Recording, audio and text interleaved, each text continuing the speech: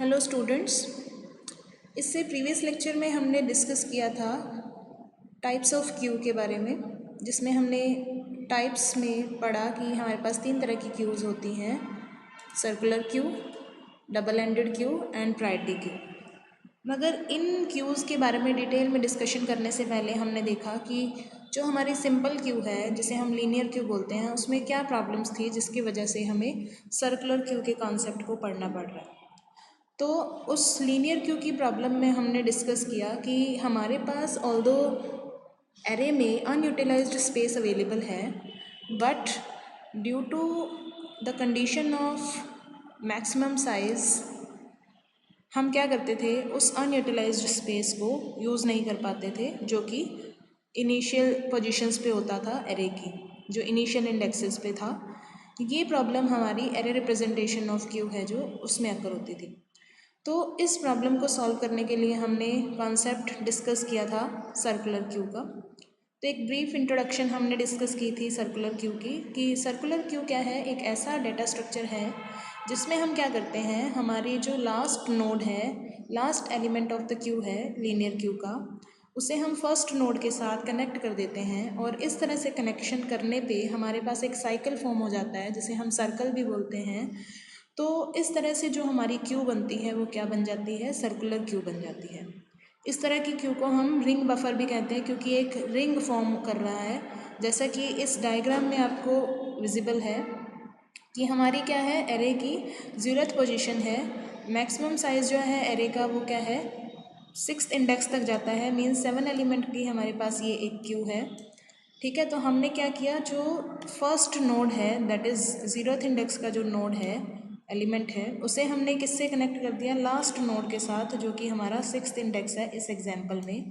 तो इस नोड को हमने कनेक्ट कर दिया, ये हमारा लास्ट नोड है, ये हमारा फर्स्ट नोड है, इसको हमने आपस में कनेक्ट कर दिया, एक सर्कल फॉर्म कर दिया। तो इस तरह से जो क्यू फॉर्म हो रही है हमारी, वो क्या है, सर्कुलर क्यू है, जिसे हम रिंग बफर भी कह देते हैं। ठीक है, क्योंकि क्यू क्या है, that is nothing but a collection of spaces, जहाँ पर हम क्या कर रहे हैं, किसी भी पर्टिकुलर सर्विस को प्रोवाइड करने के लिए जो भी रिक्वेस्ट आती हैं उसे बफर आउट करते रहते हैं, क्यू करते रहते हैं, वेटिंग लाइन बनाते रहते हैं। ठीक है, तो इस तरह से इसको हम क्या कह सकते हैं, एक रिंग बफर भी कह सकते हैं।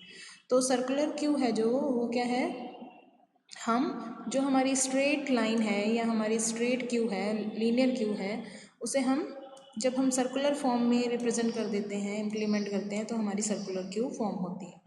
तो जो सर्कुलर क्यू है वो क्या करती है, it overcomes the problem of unutilised space in the linear queue which is implemented as an array. तो जब हम array representation of linear queue की बात करेंगे, वहाँ हमारी जो प्रॉब्लम अकर हो रही है, उस चीज़ को सॉल्व करने के लिए हम सर्कुलर क्यू को यूज़ कर रहे हैं। लिंक्ड रिप्रेजेंटेशन में ये प्रॉब्लम नहीं आती है। तो इसके बारे में हमने डिटेल में डिस्कस किया था विद एग्जांपल्स, कि हमारा ये 0th इंडेक्स का एलिमेंट है, ये हमारा लास्ट एलिमेंट है, इसको हमने सर्कल में कनेक्ट कर दिया और ये हमारी सर्कुलर क्यू फॉर्म हो गई। तो जो सर्कुलर क्यू है वो कैसे फॉर्म हो रही है, हमारी जो लास्ट पोजीशन है, जो कि मैक्स -1 पोजीशन है, उसको हम 0th पोजीशन से कनेक्ट कर देते हैं। तो इसी तरह से जो हमारे फ्रंट और रियर की जो पोजीशंस हैं ड्यूरिंग इंसर्शन और डिलीशन रिस्पेक्टिवली चेंज होंगी, वो कैसे चेंज हो रही हैं, दैट इज़ इंक्रीमेंटेड सर्कुलरली। और ठीक है, तो ये हम आगे डिस्कस करेंगे डिटेल में with the help of algorithms. तो आज के इस लेक्चर में हमने बात करनी है कि एक एलिमेंट हमने इंसर्ट करना है, एन क्यू ऑपरेशन परफॉर्म करना है सर्कुलर क्यू पे, तो उसको हम स्टेप बाय स्टेप कैसे करेंगे। तो बेसिकली हम यहाँ पर 3 मेजर कंडीशंस को लेकर चल रहे हैं। जब हम इंसर्शन करेंगे सर्कुलर क्यू में, जो हमने देखनी है, उन कंडीशंस को हमने ध्यान में रखना है। पहली कंडीशन क्या हो सकती है कि हमारी क्यू क्या है, कंप्लीटली फुल हो। अगर हमारी कंडीशन ये फुलफ़िल होती है, मीन्स हमारी जो क्यू है वो कंप्लीटली फुल है, तो उस केस में क्या है, हमारा ओवरफ्लो अकर होगा। सेकंड कंडीशन क्या हो सकती है कि हमारी क्यू क्या है, बिल्कुल एम्प्टी हो, तो उस केस में क्या है, वो सिंपल क्यू जो लीनियर क्यू है उसका ही सिनेरियो है। ठीक है, इस सिनेरियो का हम इसके सिनेरियोज़ में नहीं कंसीडर कर रहे, तो मेजर सिनेरियोज में हम थ्री सिनेरियोज है जो कंसीडर कर रहे हैं। पहला कि हमारी क्यू है वो फुल है, कम्प्लीटली फुल। दूसरा, हमारी क्यू बिल्कुल फुल नहीं है, कुछ स्पेसेस उसमें अवेलेबल हैं, मगर वो कैसे हैं कि जो हमारा रियर पॉइंटर है वो तो लास्ट पोजीशन पे पॉइंटेड है, बट हमारा फ्रंट क्या है वो 0th पोजीशन पे पॉइंटेड नहीं है। तो ये सिनेरियो कब होगा, ये यही वाला सिनेरियो होगा। मीन्स जो हमारा रियर है वो क्या है, फाइनल पोजीशन पे पॉइंटेड है, यहाँ पर -1 पोजीशन पे, but front is not equal to 0। तो front is not equal to 0 क्योंकि फ्रंट कहाँ पे है, फ्रंट यहाँ पर है, हमारा front is here at the second index. तो सेकेंड इंडेक्स पे फ्रंट है, हमारा फ्रंट 0 के इक्वल नहीं है, तो ये हमारा सेकेंड सिनेरियो है, सेकेंड कंडीशन है। तो इस सिनेरियो में हम क्या करेंगे, सिंपली जो रियर की वैल्यू है उसे क्या करेंगे, 0 सेट करेंगे और एलिमेंट कहाँ पर डाल देंगे, इस पोजीशन पे डाल देंगे, क्योंकि जो इससे जो नेक्स्ट पोजीशन है वो कौन सी है, सर्कल में, सर्कुलर क्यू में यही है। ठीक है, क्योंकि हमने 0th इंडेक्स को 9 के साथ कनेक्ट कर दिया, तो 9 के बाद कौन सी पोजीशन आएगी, 0th आएगी। ठीक है, तो हमने क्या किया, ये 0th पोजीशन थी, ये 9th पोजीशन थी, इसको सर्कल में कनेक्ट कर दिया, ये हमारी 0th पोजीशन हो गई, ये हमारी 9th पोजीशन। तो 9 पे हमारा रियर पॉइंट आउट कर रहा है, और उसके बाद नेक्स्ट इंसर्शन कहाँ पे होगी, 0th पोजीशन पे। तो ये हमारा सेकंड सिनेरियो है। फर्स्ट सिनेरियो हमारी completely full Q, second scenario the Q is not completely full but front is not at the initial index of the array. ठीक है, तो उस केस में हम क्या करेंगे, सिंपली रियर को 0 पे सेट करेंगे और एलिमेंट इंसर्ट कर देंगे। और जो थर्ड सिनेरियो होगा वो क्या है, नॉर्मल सिनेरियो, कि हमारा क्या है, फ्रंट भी in between of the Q है कहीं पे, रियर भी in between of the Q है कहीं पे, मीन्स मैक्सिमम पे नहीं है वो, -1 पोजीशन पे। तो रियर को सिंपली हम इंक्रीमेंट करेंगे और वैल्यू को इंसर्ट कर देंगे। तो ये बेसिकली हम 3 मेजर सिनेरियोज हैं जो कंसीडर करके चलेंगे, और यही हम एल्गोरिथमिकली देखेंगे कि हम कैसे कर रहे हैं। तो फर्स्ट स्टेप में हम क्या कर रहे हैं, एल्गोरिदम में आप देखिए, फ्रंट क्या है हमारा 0 पे है और रियर क्या है -1 पोजीशन पे। इट मीन्स हमारी क्या है, कम्प्लीटली फुल वाली कंडीशन है जो अकर होती है।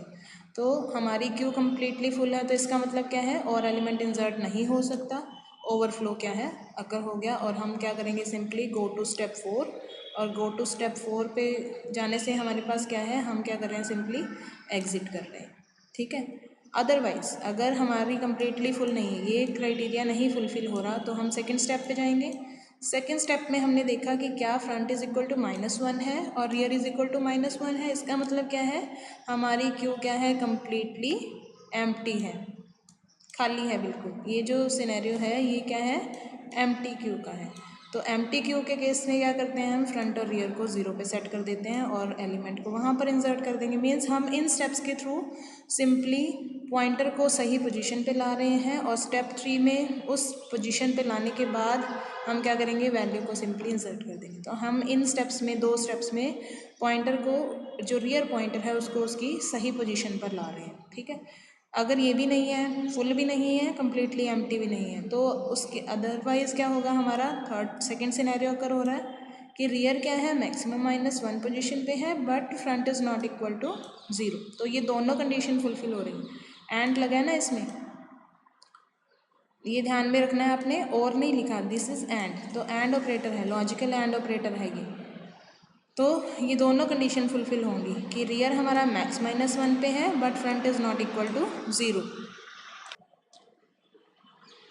ठीक है, तो थर्ड जो हमारा सिनेरियो है वो क्या रहेगा, थर्ड सिनेरियो क्या है, फ्रंट हमारा 0 पे नहीं है बट रियर क्या है, -1 पोजीशन पे।